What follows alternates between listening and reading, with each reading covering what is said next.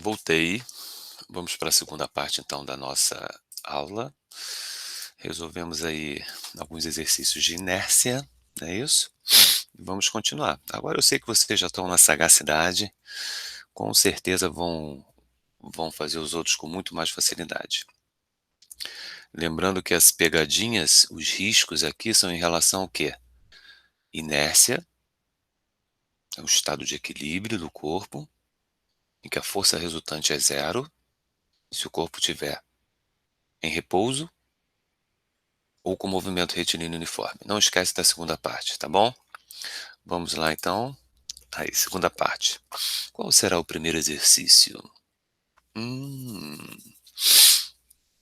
um corpo se desloca sobre uma superfície horizontal sob a ação de uma força resultante. Beleza, então tem uma força resultante atuando no camarada.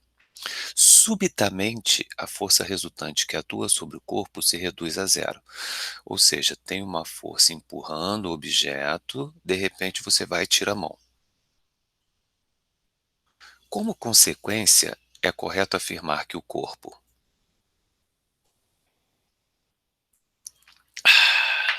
Nada como um cafezinho de manhã, né, gente? Vamos ver o que temos para nós? Oh, quem será esse?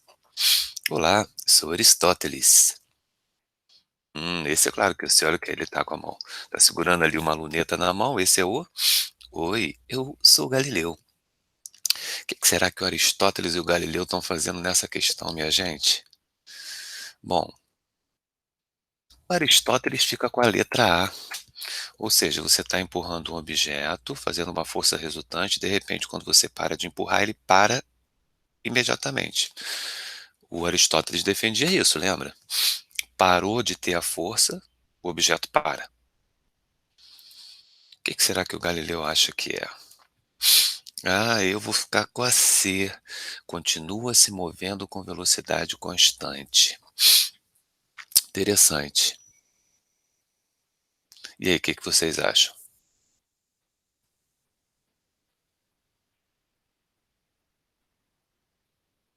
Hum? Aqui nós temos uma discussão para fazer. Ele não fala no enunciado que a superfície é totalmente lisa, que não tem atrito nenhum, ok? Se a superfície não tiver atrito nenhum, porque pode ser que ele ou tenha esquecido de colocar isso no enunciado, ou isso esteja em algum outro ponto lá da prova. Se não tiver atrito nenhum, quando você para de fazer a força, o objeto vai continuar com movimento retilíneo uniforme para sempre. Quer dizer, para sempre ou até parar aquela superfície. Agora, se a superfície tiver atrito, o que vai acontecer? Depois de um intervalo de tempo, o objeto para. Ele não vai parar subitamente, ok? Então, como o Galileu marcou a letra C e eu concordo com ele, provavelmente o que a gente está fazendo nessa questão é o quê? É desconsiderando a força de atrito.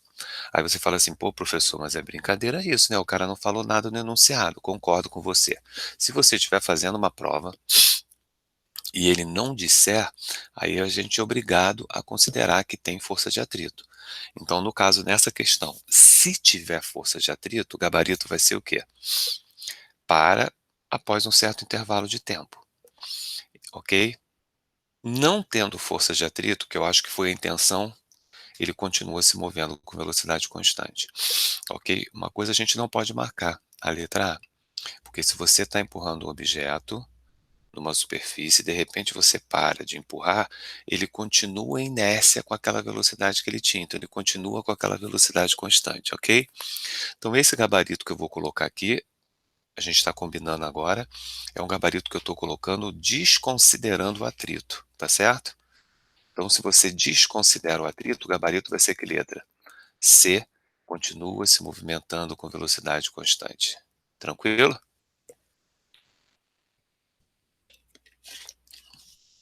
Então vamos à próxima. A Terra é azul. Muito lindo isso, né, gente? Em 1961, um homem chamado Yuri Gagarin subia pela primeira vez ao espaço. O feito posicionou os russos na frente da corrida espacial travada com os Estados Unidos após o fim da Segunda Guerra. Uma imagem aí do Yuri Gagarin, né? E aí um pedaço do texto da questão. Em 12 de abril de 1961, Yuri Alexeyevich Gagarin estava a bordo da espaçonave Vostok 1, lançada de uma plataforma de Baikonur, no Cazaquistão, por um foguete Soyuz. Soyuz, cara, só para ler esse problema aqui, tu já tem que enrolar a língua. Durante o voo, que durou 108 minutos, sendo 90 minutos efetivamente no espaço, olha que legal, 90 minutos no espaço e ele demorou 108 minutos, quer dizer, 1 hora e pouco, né? 1 hora e 48 minutos. Completou uma órbita ao redor da Terra, viajando a uma velocidade aproximadamente de 27 mil quilômetros por hora. Gente, que emoção que esse Gagarin sentiu, hein? Nossa Senhora. Na descida, ele foi ejetado da nave quando estava a 7 quilômetros de altura e chegou ao solo suavemente com auxílio de um paraquedas. Então tinha uma nave, tipo uma cápsula, né? E aí nessa cápsula tinha um paraquedas, vocês já devem ter visto essa imagem. E aí o paraquedas abriu e ele desceu suavemente. Então aí um gifzinho que eu achei, tá? Da espaçonave Vostok 1. Uma imagenzinha do sistema de cápsula e paraquedas caindo, tá? E aí, uma imagem da Terra. É claro que a que ele viu deve ter sido muito mais bonita do que essa, mas o interessante foi ele falar. Pela primeira vez o homem sai da atmosfera, né, vai para o espaço e olha, e aí ele fala, a Terra é azul. Muito legal isso, né? Então ele diz, na descida, foi ejetado da nave quando estava a 7 quilômetros de altura e chegou ao solo suavemente com auxílio de paraquedas. Após o paraquedas ter sido aberto, entendendo-se que o astronauta passou a descer com velocidade escalar constante, vou repetir, entendendo-se que o astronauta passou a descer com velocidade escalar constante, a resultante das forças que atuava sobre Gagarin era igual ao seu peso e ao peso do paraquedas, a força de resistência do ar ou zero. E aí, gente, o que vocês acham? Tem coisas importantes no enunciado dessa questão, não tem? Já até marquei aí, ó. Entendendo-se que o astronauta passou a descer com velocidade escalar constante, a resultante das forças que atuava sobre Gagarin era igual a... Gente, de novo, se ele desce com MRU, isso é inércia. Lembra que qualquer experimento realizado no laboratório com MRU, o resultado é o mesmo que se ele tivesse parado. MRU e repouso, gente, quer dizer que a força resultante tem que ser quanto? Pode falar aí. Eu acredito em você. Eu sei que você marcou letra D de dado. Confere, gente. Fala pra mim que você marcou letra D. Zero.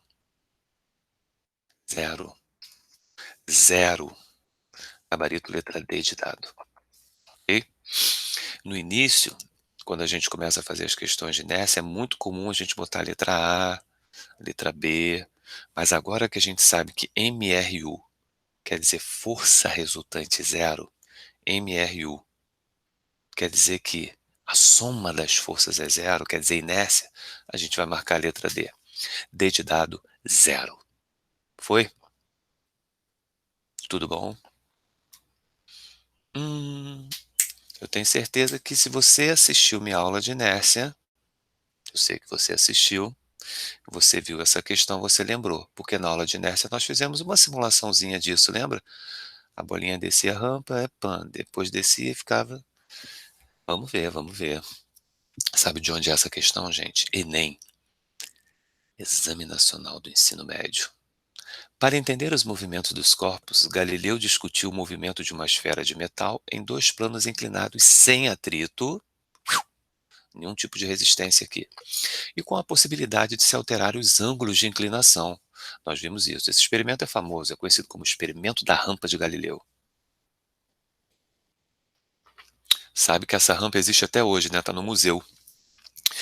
Ano passado, final do ano passado, eu acho, uma aluna minha estava visitando aí, passeando aí pela Europa, visitando alguns museus, e aí mandou as fotos para mim. Professor, olha a rampa do Galileu.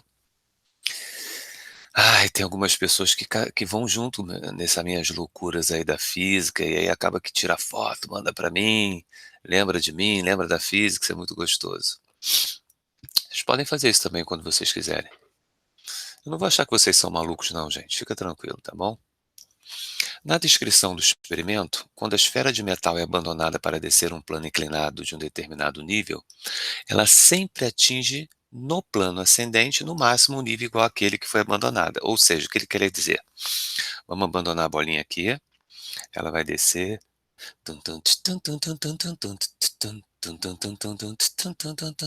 vai andar aqui, e vai subir,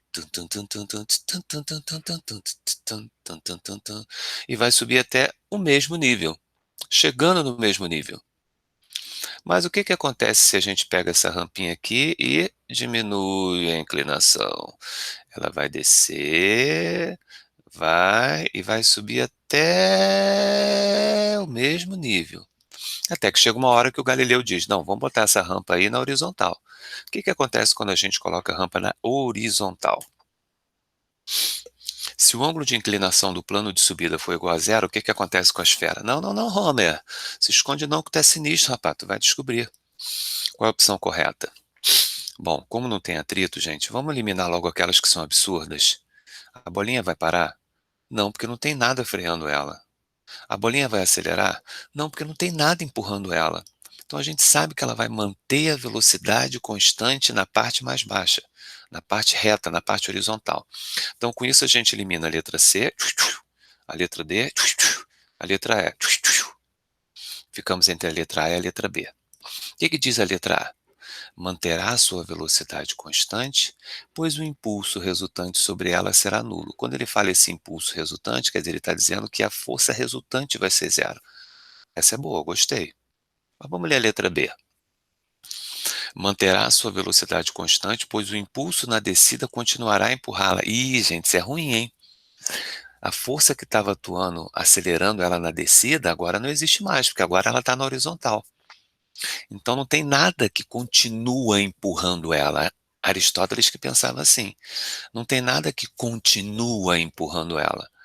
Por que que ela continua se movendo com o MRU? Porque é um estado natural dela. É a inércia. Me deixa, gente, me deixa. Eu tô aqui. Me deixa. Eu tô com MRU.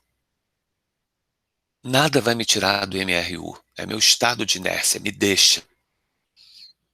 Sabe quando às vezes você quer ficar quieto, parado? Você está na tua cama, deitado, quieto, parado. Não quer que ninguém te perturbe. Mas existe uma outra maneira de você ficar quieto, parado também. MRU. Gente, me deixa parado aqui. Eu tô quieto, tô em paz. Me esquece. Você pode estar em MRU. Não tem nada te empurrando, não tem nada te freando, não tem nada te incomodando. Você está no estado de inércia. Então, o Gable oficial dessa questão do Enem, letra A. Ela vai manter a velocidade constante na parte horizontal, porque não tem nenhuma força empurrando ela, não tem nenhuma força freando ela. Então ela fica no estado que ela estava no início. Qual é o estado que ela estava no início? A velocidade que ela ganhou quando ela acabou de descer a rampa, tá bom? Gabarito oficial, letra. Olha essa carinha, gente. Olha essa montagem que eu fiz para vocês, ó. A carinha ali, sorrisozinho, aí vai, ó, vamos lá, qual será, qual será, qual será? Letra A. Gable oficial. Ih, rapaz, essa é pedreira, hein? Essa daí a gente tem que ficar ligado. Olha lá. A figura mostra a velocidade instantânea de uma gota de chuva. O que é velocidade instantânea, gente? É a velocidade em cada instante. É como se você pudesse medir a velocidade no instante 1, no instante 2, no instante 3, no instante 4, que está caindo verticalmente através da atmosfera. Analisando o gráfico, verifica-se que após algum tempo de queda, a gota de chuva atinge uma velocidade constante denominada velocidade terminal. Peraí, não confio em você, não sou assim, sou uma pessoa desconfiada, eu vou olhar o gráfico para ver se está certo isso. Quando a gente olha o gráfico, vamos lá. No eixo a gente tem a velocidade, no outro a gente tem o tempo. Então, o que que eu estou vendo no início? A velocidade está aumentando, a velocidade está aumentando, a velocidade está aumentando. Opa, a velocidade está aumentando menos, ela está aumentando menos, ela está aumentando menos, e é verdade, gente. Chega uma hora aqui que essa velocidade ela fica constante, ela não aumenta mais. É quando ela atinge a chamada velocidade terminal. Entendi, tá? Vamos seguir. Então a gotinha está caindo, a velocidade dela aumenta, mas chega uma hora que a velocidade fica constante. Tá bom, vai. Considerando que as únicas forças que atuam sobre a gota em qualquer ponto da trajetória são a força-peso, claro, a peso está em todas. O empuxo é. O empuxo é aquela força que é sempre de baixo para cima, né? Quando o objeto está no fluido. E a força de atrito com ar. Claro, tem atrito, né? Também chamada de força de arrasto. Então aqui ele está chamando de atrito de força de arrasto. A partir do instante que a gota atinge a velocidade terminal, os módulos das velocidades atuantes, os módulos das forças atuantes sobre ela satisfazem que relação? Interessante, hein, gente? A gota de chuva atinge uma velocidade constante, denominada velocidade terminal. Então a gota está caindo com velocidade constante, tá? Então a gota está com MRU. Então a gota está com MRU. Então a gota está com MRU. Então a gota está com MRU. Então a gota está com MRU. Não, gente, não travou, não. É porque eu gosto de falar bastante para a gente lembrar que MRU quer dizer o quê? Força resultante zero. Legal? Então ele quer saber as forças que estão atuando quando ela está caindo com velocidade constante. Vamos ao DCL? Quem é que lembra o que é DCL? DCL é o diagrama do corpo livre. Olha a gota. Forças que estão atuando nessa gota. Primeira delas, a força peso, vertical e para baixo. Próxima, a força de atrito, que ele está chamando de força de arrasto. É a força que está para cima, evitando que ela caia com uma velocidade maior ainda. E ainda tem a outra, hein? Que eu também disse para vocês que essa forcinha é sempre para cima. É a chamada força de empuxo. Então nós temos o peso para baixo, o atrito para cima, o empuxo para cima. Lembra que a força resultante é quem? A força resultante é quem? Zero. Olha lá, ó. Como é que é o nome desse mesmo, gente? É Charazar, não é isso?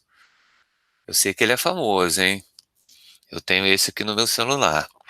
Então, se temos um MRU, então a força resultante é zero. Todo mundo concorda? Show de boleta. A força que está para baixo é o peso. As forças que estão para cima é o atrito mais o empuxo. Ora, se a resultante é zero, então o peso ela tem que ser igual à soma da força de empuxo com a soma da força de arrasto. Então essa é a equação que a gente tem que usar. P é igual a E mais A. Então olha lá como é que vai ficar, ó. Forças que estão atuando, peso, atrito, empuxo. Como o peso está para baixo, tem que ser igual às duas que estão para cima. Lembra, gente, ele está caindo com resultante zero. Ele está caindo com MRU. MRU, você não pode ter uma força maior do que a outra, porque senão ele vai acelerar. Ele não vai cair com MRU. Lembra do que a gente discutiu na aula anterior lá com a bola do Pokémon, tá bom? Então qual é o Gable oficial? Gable, Gable, Gable. Olha lá, olha lá, olha lá. Letra E. Olha a equaçãozinha aqui prontinha. Força que está para baixo tem que ser igual à soma das forças que estão para cima. Então o gabarito letra. Peraí, não botei o gabarito ali, gente. Não apareceu a bolinha. Mas o Chalazar, é Chalazar? Chalazar, um negócio assim. Tá lá na letra E dizendo, olha lá, ó, peso é igual a impulso mais a força de arrasto. Tudo bem, gente? A gente não pode mais cair nessa pegadinha, galera. Se tá caindo com MRU, a soma das forças tem que ser zero. Fizemos já aquela do paraquedista lá na outra aula, questão 2, eu acho, ou 3, lembra? O paraquedista estava caindo, a força resultante era zero, porque ele estava com velocidade constante. Fechou? Acho que é a última, hein? Vamos ver. Os aviões voam porque o perfil aerodinâmico de suas asas faz com que o ar que passa por cima e por baixo delas ocasione uma diferença de pressão que gera o empuxo. É verdade. O avião, para ele voar, alguma coisa tem que fazer que Deixa eu mostrar aqui para vocês. Alguma coisa precisa ser feita para que a pressão na parte de cima do avião seja menor do que a pressão na parte de baixo do avião. Porque se a pressão na parte de cima é menor do que a pressão na parte de baixo, essa diferença de pressão é que joga o avião para cima. É a chamada força de sustentação. Quer ver um exemplo? Deixa eu ver se eu consigo mostrar para vocês.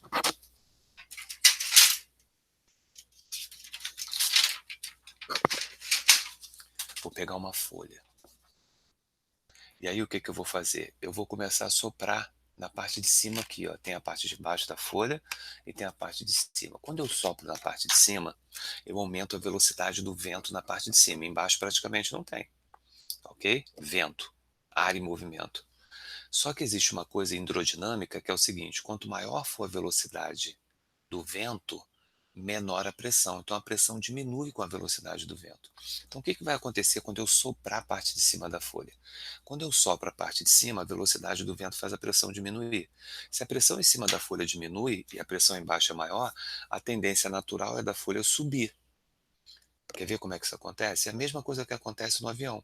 A turbina, a hélice, ela joga aquele jato, né? Aquele jato de ar passa para diminuir a pressão na parte de cima do avião e ele subir. Olha só, vou soprar na parte de cima, repara só.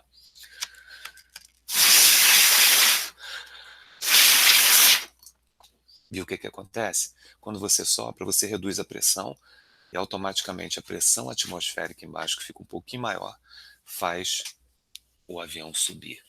É assim que a gente cria a chamada força de sustentação. Ó, molinho, hidrodinâmica. Isso é muito bonito. Vamos voltar lá para fazer a questão de número 9. Já dei até um spoiler aqui. Então, olha lá. Esta força de empuxo é que permite que o avião se sustente no ar. Não é isso? Ele fala lá. Dessa forma, podemos dizer que o avião se sustenta no ar por quatro forças. Já fizemos até uma parecida dessa, lembra? Com o Zeppelin lá, com o balão. Olha lá.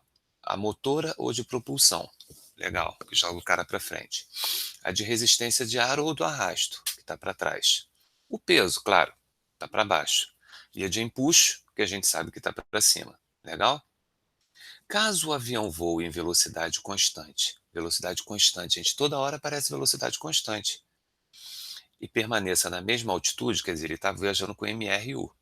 É correto afirmar que o somatório das, olha o desenhozinho, tenho quatro forças atuando: força motora para frente, resistência do ar para trás, empuxo para cima e peso para baixo, ok? Esse empuxo você pode pensar na tal força de sustentação que eu falei, por causa da diferença de pressão.